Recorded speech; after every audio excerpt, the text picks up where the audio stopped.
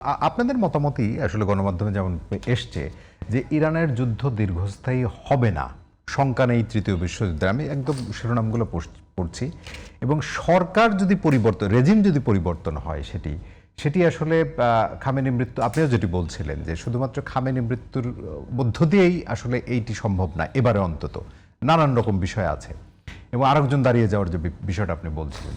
সুতরাং ইরানের জনগণের সমর্থন ছাড়া রেজিম পরিবর্তন সম্ভব না। আপনি একমত কিনা? বিশ্লেষণটা কিরকম? ধন্যবাদ। আপনার এই মধ্যপ্রাচ্যের ব্যাপারটাতে মানে আপনি যদি ইরানের মনস্তত্ত্ব বুঝতে চান তাহলে কিছু জিনিস বোঝা দরকার। সেটা হচ্ছে যে প্রথম বিশ্বযুদ্ধের আগে এই এলাকাটা কি ছিল? এই এলাকাটা ছিল অটোমান এম্পায়ার, যেটাকে ওসমানীয় খেলাফত বলি। এই খেলাফতের আন্ডারে 600 বছর ছিল। প্রথম বিশ্বযুদ্ধের প্রায় শেষ পর্যায়ে এসে এই সাইক্স এবং পিকো নামে দুইজন রাষ্ট্রদূত, একজন হচ্ছে ব্রিটিশ আর একজন হচ্ছে ফ্রেঞ্চ,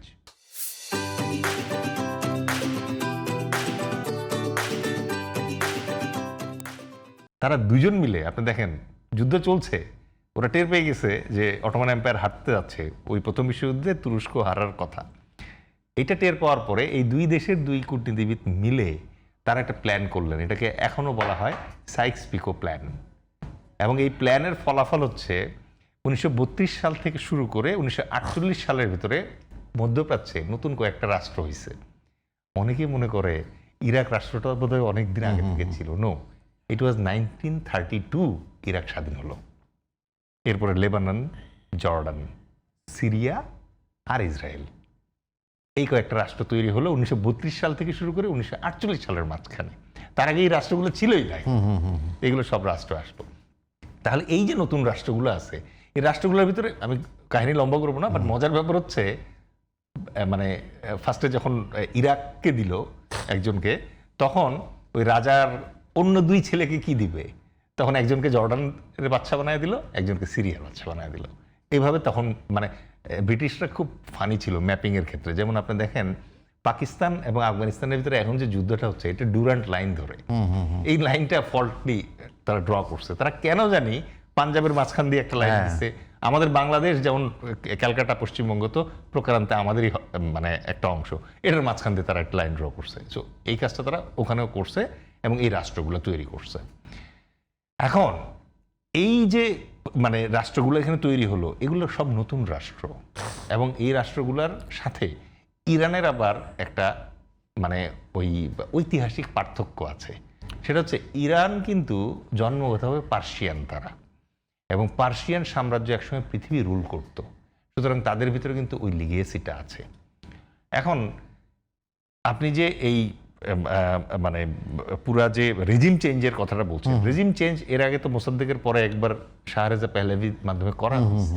পরে আবার কিন্তু এই খোমেনির বাবা আয়াতুল্লাহ খোমেনি যিনি, উনি আবার নতুন করে এই নতুন রেজিমটা নিয়ে আসলেন। এই রেজিমটা এখন চলছে। ওভার দ্য নাইট এই রেজিম চেঞ্জ হওয়ার সম্ভাবনা খুব কম।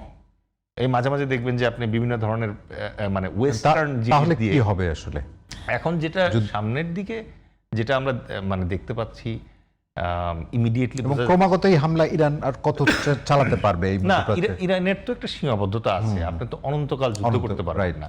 আর এখানে একটা বড় সমস্যা ইরান পড়ে যাচ্ছে, সেটা হচ্ছে সে চাক বা না চাক, সে তো পার্শ্ববর্তী রাষ্ট্রের ভেতরে তো সে ক্ষেপণাস্ত্র মানে নিক্ষেপ করছে এবং সৌদি আরব অলরেডি নিন্দা জানিয়েছে।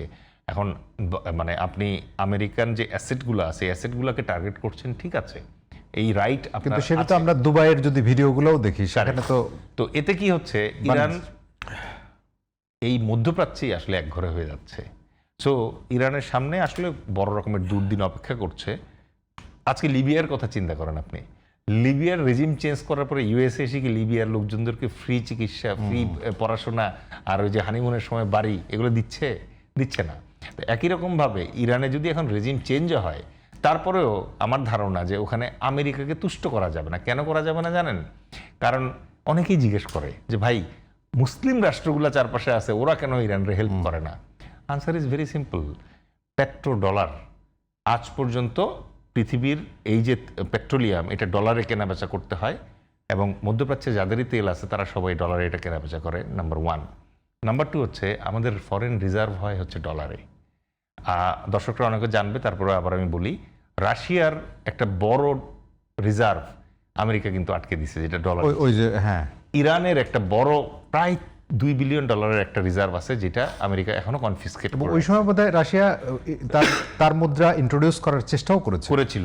এবং আপনি আরেকটা জিনিস জানেন হয়তো, সেটা হচ্ছে আফগানিস্তানের একটা বড় রিজার্ভ কিন্তু আমেরিকা আটকে রাখছে। এখন ডলারে রিজার্ভ রাখার একটা বড় রিস্ক হচ্ছে আমেরিকা চাইলে যে কোনো দেশের এই যে রিজার্ভটা আছে, এই রিজার্ভটাকে কনফিসকেট করতে পারে তাদের একটা আইন দিয়ে, এবং অনির্দিষ্টকালের জন্য করতে পারে। এই একটা ভয়ে যাদের ডলারের রিজার্ভ আছে তারা কখনো আমেরিকার এগেইনস্টে কথা বলা যাবে না। এবং খুব এই জায়গাতেই খুব পরিষ্কার মানে ইরানের যেটা সমস্যা, ইরানের তো ডলারে ব্যবসা করার স্বাধীনতাই নাই, আর যতটুকু রিজার্ভ ছিল সেটা তো অলরেডি কনফিসকেট অবস্থায় আছে। ভাববার কথা এখন বাংলাদেশের। আমরা এই জায়গায় ছোট ছোট করে একটু আমাদের রিজার্ভের কারণে ডলারের উপরে ডিপেন্ডেন্সি কমাইতে হবে। এই